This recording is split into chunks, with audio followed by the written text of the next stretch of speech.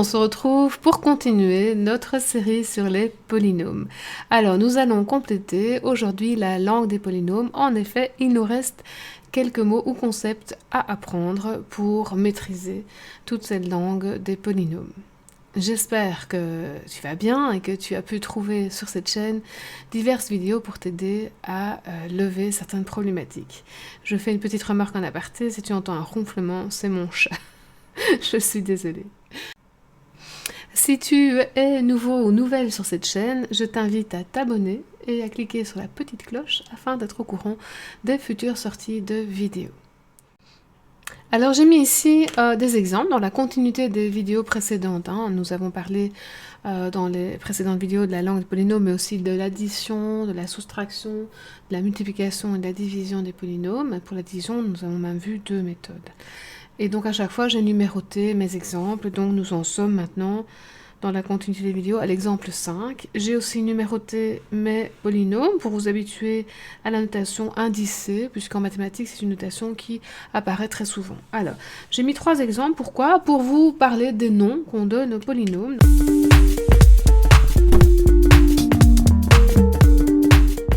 Donc, un polynôme qui a 2 termes et qui est du premier degré, on appelle ça un binôme du premier degré.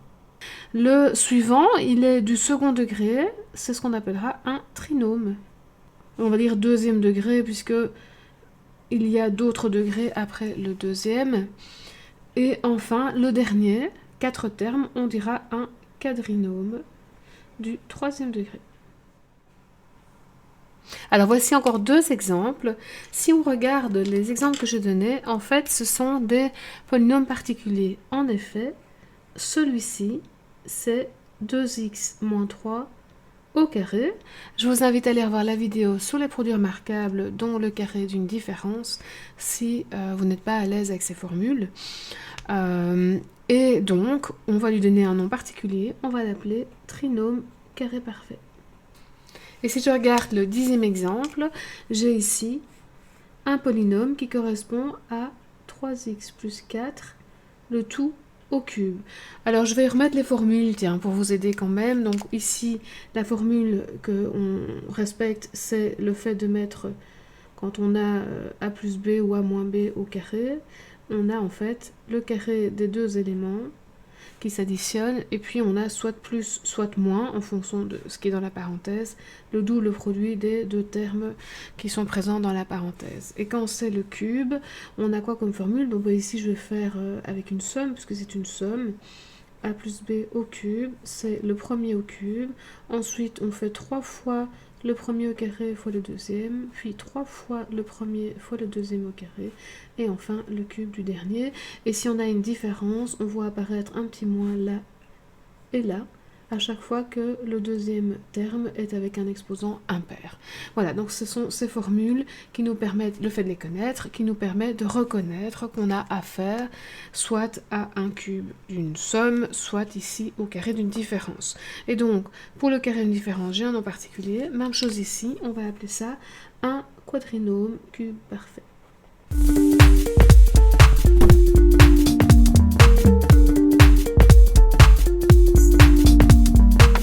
Alors maintenant, on va s'intéresser à l'aspect calcul. On a aussi un nouveau concept à apprendre, à savoir ce qu'on appelle la valeur numérique d'un polynôme. Alors là, on va entrer quand même dans certaines notations. Donc en général, la notation utilisée pour un polynôme, c'est P de x. P pour polynôme et x pour indiquer que c'est la variable que l'on utilise ici.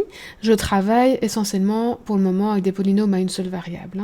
Dans la toute première vidéo, la langue des polynômes, vous avez des exemples avec d'autres variables ou plusieurs variables. Alors, c'est vrai que ça existe aussi, mais en tout cas en 3e et en 4e, on se concentre sur les polynômes à une variable la plupart du temps. Alors, donc ici, moi, je vais parler de la valeur numérique du polynôme p de x en x égale à a. A étant un réel fixé. Ça veut dire quoi? Ça veut dire qu'en fait, je vais remplacer dans mon polynôme toutes les variables x présentes par la valeur a et que je vais calculer ce que j'obtiens comme nombre. Je vous ai réécrit ce que je viens de dire.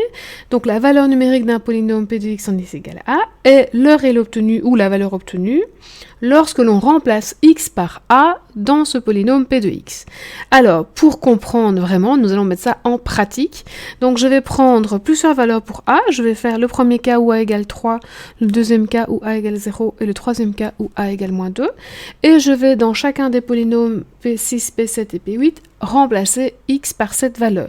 Comment est-ce que ça se note? Bien, on note le nom du polynôme, donc ici P6, et entre parenthèses, on indique la valeur par laquelle on va remplacer la variable x. Donc ici, c'est 3. Et donc, je vais faire mon petit calcul, et je regarde mon polynôme, et je remplace le x par 3. Donc, je trouve 3 moins 4, je calcule, ça me fait moins 1. Ok, pour le suivant, je vais donc remplacer, et je vais écrire 3 fois 3 au carré, moins 5 fois 3, plus 81. Et donc là, je dois faire le petit calcul. 3 fois 9, ça fait 27. 5 fois 3, ça fait 15. Voilà, me voilà avec 27 moins 15, ce qui fait 12. Que j'ajoute à 81, ça me donne 93. Et ensuite, pour le polynôme qui est ici, P8, je vais remplacer x par 3. Donc je vais avoir 3 au cube, plus 13 fois 3 au carré, plus 8 fois 3, et plus 18. Donc je vais calculer, 3 au cube, on sait que ça fait 27, plus 18, je vais additionner tout ça, et je vais trouver 186. Ok, donc je vais maintenant recommencer la même chose, mais je vais faire la valeur numérique en 0. Et là, vous allez tout de suite comprendre que si je remplace la variable par 0, bah, ça fait 0, donc il me reste simplement moins 4. Même chose pour P7, je remplace x par 0, bah, donc j'ai 0, il me reste 81. Et enfin, dans le dernier, je remplace x par 0, 0, 0, 0, il me reste 18. Donc, qu'est-ce qu'on peut constater? Qu'à chaque fois qu'on remplace x par 0 dans le polynôme, il ne nous reste en fait que le terme indépendant. Alors, dernière situation. Alors ici, on nous donne une valeur négative, donc je ressors mon petit attention. Pourquoi? Parce qu'en fait, au niveau des puissances de la variable, il faudra faire attention au signe moins. Donc je vous invite à mettre des parenthèses dans votre calcul avant de calculer, à moins que vous soyez très fort en calcul mental et que vous gériez absolument bien tous les signes moins. Donc ici, je fais le polynôme 6 calculé en moins 2, donc valeur numérique de ce polynôme en x égale moins 2. Je remplace, bon là il n'y a pas de puissance, donc tout va très bien. J'ai donc moins 2, moins 4, ce qui fait moins 6. Donc ça c'est assez simple. Alors je passe au suivant, donc j'ai le polynôme 7 en moins 2, et donc je vais remplacer, et donc c'est là que moi je vous conseille de mettre les parenthèses pour bien gérer l'apparition des signes moins et l'éventuelle disparition des signes moins, puisqu'ici j'ai un exposant pair, donc le signe moins va disparaître, et donc je me retrouve avec 3 fois 4. Ici j'ai moins fois moins, il n'y a pas de puissance, donc ça fait plus 10, plus 81, donc 12 et 10, ça nous fait 22, et 81, donc ça nous fait 103. Et enfin, le dernier, ici, P8 en moins 2. Donc je vais remplacer tout ça. Moins 2, je mets bien les parenthèses. Plus 13 fois moins 2 au carré. Je mets toujours les parenthèses. Plus fois moins 2 plus 18. Bon, à nouveau, si vous êtes tout à fait à l'aise, vous n'êtes pas obligé.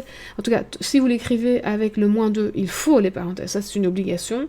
Mais si vous voulez faire directement le résultat parce que vous gérez tout sans problème, évidemment, vous pouvez le faire. Donc ça me fait moins 8. Ici, j'ai 4 fois 13, donc 52. Ici, j'ai 8 fois moins 2, donc moins 16, plus 18. Et donc à calculer, ça va faire finalement que 2, ça va faire finalement que moins 6 à ajouter là, donc je vais retrouver 40. Donc pour conclure, nous pouvons dire que à chaque valeur réelle que nous allons attribuer à la variable x, nous pouvons calculer une valeur numérique associée au polynôme p de x. Là, nous l'avons fait pour 3 valeurs, mais nous pourrions le faire pour toutes les valeurs réelles, et c'est d'ailleurs ce qui est en lien avec le principe de fonction. Donc vous aurez des fonctions polynômes qui, pour chaque valeur de x, vont vous donner la valeur résultat de votre polynôme.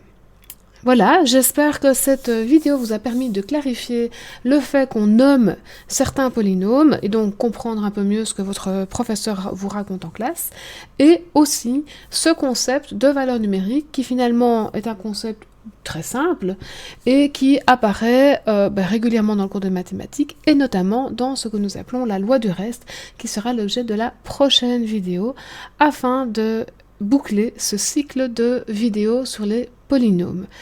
Après cela, nous continuerons nos méthodes de factorisation, puisqu'il y a une méthode de factorisation qui se base sur la loi du reste et la méthode de division par Horner. Voilà, je t'invite aussi à t'abonner à la chaîne et à cliquer sur la petite cloche pour être au courant des sorties de vidéos et à mettre des commentaires en dessous de cette vidéo pour poser des questions éventuelles ou demander des sujets qui te seraient utiles pour comprendre mieux ton cours de mathématiques. Voilà, donc à bientôt pour de prochaines vidéos.